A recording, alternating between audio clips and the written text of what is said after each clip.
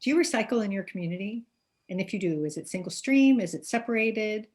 How hard was it to get recycling in your community? You know, that's something we don't often think about. I'm Mira Dessy. I'm the ingredient guru, and I am the founder of the Healthy Readers Book Club. And currently we are reading this book, Garbology, which is an eye-opening look at how much trash we create in this country. The average American is responsible for 102 tons of trash in their lifetime. And, you know, it goes without saying that recycling can be a great way to help reduce the amount of trash that you create. So today I am talking with my friend and a fellow resident, Lynn Aldrich, and she is retired now, but Lynn previously was the environmental services manager in our community and was largely responsible, I believe, for bringing in the recycling effort. So Lynn, thanks for being here. You're welcome. Happy to be here. Thank you. And so you were sharing with me before that the recycling effort in our town, and I should mention that the community that we live in now has a 96-gallon trash can and a 96-gallon recycle can. That was fun to try and get. But previously, recycling was a volunteer effort. Yeah, yes. And voluntary, I'm assuming. Yes, yes. It started that way. And so did people have to go to a location in order to be able? We had a drop-off site and we had volunteers, and this was all volunteer-based to begin with. And I met someone who was involved in that, and they found out that I'd started some recycling in college. So they said, oh, would you like to do this? And I was kind of looking for a way to plug in. And so I was the volunteer coordinator. We would have groups with 20 folks, you know, for 2 shifts. We were open like 6 hours, I think, and each group took 3. I think that's right. And they're supposed to have 20 people to unload cars and sort things into the different bins. And it started as a totally volunteer effort. We had one Saturday when only 6 volunteers showed up. And so we had hundreds of cars backed up. Wow. And I was I was 8 months pregnant. I got a call. I go running over there, my husband and I, it's May, it's hot. I'm very pregnant. And I'm standing at the front of the line, apologizing to everybody. I'm sorry, we don't have enough volunteers. I apologize for the wait. Do you know, nobody got mad at me? Having the pregnant woman there, you know. Well, but the other thing is how wonderful to have such an extensive line of people voluntarily collecting their recyclables. And how often were they able to bring them in? It was every Saturday we were open. And and fortunately, one of the people stuck in the line was a board member of the community. And you know, when I think that really was the impetus for getting this, wait a minute, we need to have more staff. We need to have staff dedicated to this. We need to, and ultimately they started paying us. It was contract at first, but then they finally decided that, well, maybe this isn't going anywhere. I guess we need to go ahead and establish this. And that's, it just started out, all we were doing was recycling. At that point, ultimately we got into other things, environmental, but that was, and it started with basically Earth Day, doing an Earth Day festival. That was kind of how, you know, some of the recycling efforts got started. And if we wanted to start something new or do a special collection, we would do it either on Earth Day or later Texas Recycles Day was another opportunity to introduce some other kinds of recycling that you could do. Maybe not curbside, but right. Yeah. So how did you learn what to do with all of these recyclable items once you collected them? Well, early on, it was really important that everything be sorted properly. And we had basically it was getting going in the area, and the waste hauler would pull the bins when they were full and take them to be recycled. And early on, I don't remember when that happened, but later these places, they have these giant MRFs where things, like now with those 96-gallon bins, everything's commingled. But it used to be when we first had curbside, it was open bins, and the guy had to get out and he put glass in this slot and other stuff, and it had to be sorted. But now there's so much technology, scanners, they can figure out what the plastics are, and just all kinds of magnets for the steel cans, all kinds of technology has made some of this a lot more streamlined. Yeah, I remember when we lived in the Northeast, we had a transfer station where we had these enormous dumpster-like things, and you would walk up to the platform. It was like, this was your newspaper, this was your other paper, this was your glass, this is your metal, just everything had to be separated. Yeah. Yeah. And so it's interesting because I wasn't sure how, like, I guess I had visions in my head, like, do they really have people sitting there sorting everything? So it's nice to know that that part at least is automated. It's got, I mean, there's still a lot of people on the line who are watching for things, but there's a lot of automation that's occurred also. And so what was the impetus to get it moved from a location that people came to the curbside? How did that happen? I think there was a lot of advocacy in the community. People wanted it to be more convenient, and I think when this board member saw how many people were coming, it was an eye opener for them. I mean, we kept statistics obviously and would share those, but it was just this buildup, and then it got to the point where initially there was you subscribed. If you wanted to do curbside recycling, you could pay a little something, something, and they'd.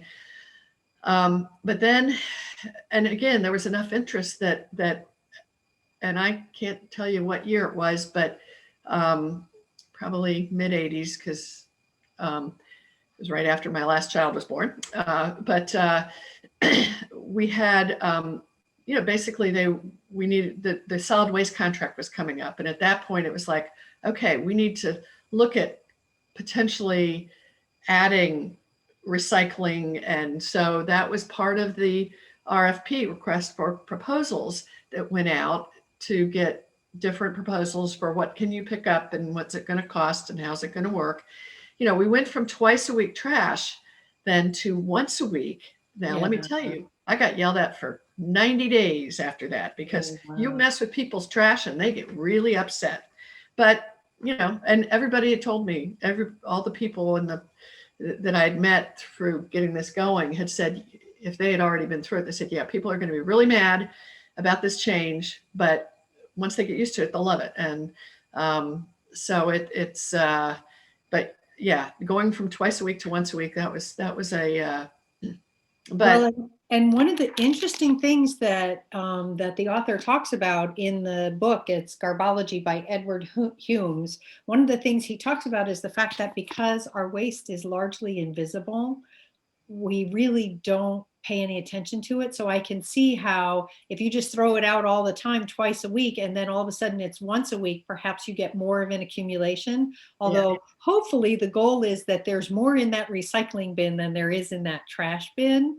And I think that's what most people very quickly found out, that wow, why do I have this giant trash bin when, it's, and I know most weeks I'll have, a little tiny bit in the bottom of my trash, and I've got a pretty full recycling bin. And I think most people, found that and they were surprised. But the fact that it's not a true pay as you throw, which is what some communities have gone to, where the more trash you throw out, the more you pay. Right. Have different size carts is what they usually do. They'll be like a 32, a 64, or a 90-gallon cart that you can pay accordingly. And a number of communities have done it that way. We just got the big one. If you have more than will fit in it, you have to buy pig tags. Yeah. But again, for most people, they're finding with all that we could recycle, that the 96-gallon cart was plenty. So. Right. Well, and the other thing, I will share, for example, it's just the two of us at home right now. Mm-hmm. And, I have some neighbors that have a number of kids in the home, and certain times a year, especially holidays or things like Yeah. that, I'm like, if you need extra trash, like Yeah. I've got room, you I do know? the same thing. I do the same thing. We've got a lot of families on our street, and we had someone move in, and they were really. I said, "Hey, we got plenty of space here." So, So, yeah, so you mentioned that it was a bit of a fight to get the large can for recycling. and, What was well, that and the process like? trash, and I mean, it wasn't just. It was the you can only put out this much trash, or you're going to pay more. Right. And then, but and I think with the large cart, and that was the other thing. Well, where am I going to keep these two big carts? I mean, that was another thing people worried about, because of course we have the covenants, Right. and you can't have them sitting where they can be seen. So, excuse me. Nope, you're fine. Um, so there was a lot of fretting, which ultimately, once things got going, everybody kind of went, oh, okay, this, I mean, it for 99% of the people, it was actually not a problem, and so, but it was just change. And again, you mess with the trash, and people get all, worked up. So Now, was it less expensive or more expensive to bring in a separate bin for recycling? Because presumably somewhere along the lines, hopefully somebody's making at least a little bit of money off of everything that we're recycling. right, we actually got a really incredible deal. So I'm not even sure. I got to be honest. I'm not sure they were even totally covering their costs, but they wanted this contract, and Yeah. so that initial contract was ridiculously low, but it got us in, and um, and they had a learning curve too, because it was all pretty new. We Mhm. were all learning. So And yeah. then what is the percentage, would you say, of non-compliance where the recycling is not as pristine as it should be? Like, I know on a regular basis in the community newsletter, there's something that says, please remember you cannot throw out pizza boxes, Right. and Yeah. dirty cans. And like one of my tricks is, if I have a can for something, if the label comes off, I peel the label off, and then I actually wash the can in my Yeah. dishwasher to clean it out before it goes in Yeah. the recycle bin. Yeah. It needs to be clean. Right. We would do audits periodically when I was managing that. And, um, you know, I think we had under 10% contamination for the Oh, most that part. doesn't It, sound it really bad. wasn't bad. Yeah. And it was basically, what they do is they bring a load to the MRF and dump it. And we'd go through and sort, by hand, and look at, okay, is it recyclable? Is it, or how many non-recyclable things are in there, or things that aren't really prepared properly. And it was generally not, people did a pretty good job. Once they, we designed the cart. In fact, the cart for the recycling, on the lid, it's got the pictures of what can go Yeah. in. And in Right. fact, they ended up using that on all their carts. That was something that one of my staff actually designed for Oh, the, wow. and now I think that's what they use for all their That's carts. standard all across the Yeah. country. Wow, So, that's pretty cool. yeah, yeah. So I So have to ask, because this is the second time you've mentioned this term, what is a MRF? MRF, Municipal Recycling Facility. It's Oh, where okay. they take it, and they have just all these conveyor belts and magnets and things that blow. I mean, just it's very automated. There are people standing along there. It's not that there aren't people, but there's a lot of automation. And again, and it's just a big belt that goes along, and then things get sorted into the proper bin, Yeah. so that they can get recycled. And one of the things that I fought and I lost, was they decided to have glass go in these carts. And I knew, based on talking to glass recyclers and paper recyclers, if you put glass in a commingled bin like that, glass bottles, you probably only recover about 40 to 45% of it, because it's lost either to little shards that, they If can't it breaks, recycle, yeah. or it also, it creates a problem for paper recycling. It contaminates some of the others, these little pieces. So, and I was it was like, no, we need to keep that separate. I would love to see, when I lived up in Michigan, we had a bottle bill. And this was a long time ago, back in the late 70s, right? And I was in college, and it was great. There was, you paid a deposit on the bottles. Yep, we And have the same thing in the Northeast, 5 cents, yeah, for a can. Some well, things the were great 10 thing, cents, but I lived yeah. next door to a frat house. So on Saturday morning, I got my lunch money for the week by going and picking up all their trash and taking it to get turned in. Oh, I remember I was a Girl Scout leader one time frame in there, and we decided that we were going to do a big bottle thing. And so we made arrangements with the grocery store to take back everything that we could get. We brought 6 pickup truck loads because the girls collected for almost an entire school year. Wow. And Yeah. that paid for like all of their activities and camp and everything for a while, because we raised so much money. I mean, 5 cents at a time goes a long way. Oh yeah. Yeah. No, I just, the glass thing, I don't put my glass in I save it and I take it over to the recycling center and sort it by. Oh, and do it yourself. That's a good idea. I do it, I don't have to go real often because I don't have a ton of glass, but, about once every month or 6 weeks, I have, because I still have and they never collected those curbside bins, the open bins. So I use that to put my glass in. And then when it's full, we take it over and put it in the bins that were, sorted by color. Well, good to know. I'll definitely share that tip. So I had one more question for you. One of the things that they do is you can put out any trash can that you want up to a certain size with yard waste in it, but not food waste. Right. Yeah. So in your opinion, what does it take to get curbside composting? Because one of the challenges is where I used to live, I had a compost bin and that was fine. Where I am now, I'm too close to, I don't know, whatever area we're in the community. And we have possums and raccoons and these big wood rat things, and a compost bin is not a good idea. Well, that was one of the things, that I was still on my, to-do list when I left. And I know the last time I actually spoke to the board, it was after I had retired, but I was speaking for the textile recycling program, because I'd been trying to get that going as well. And, and I know I made a comment about, and you better get started on food waste, because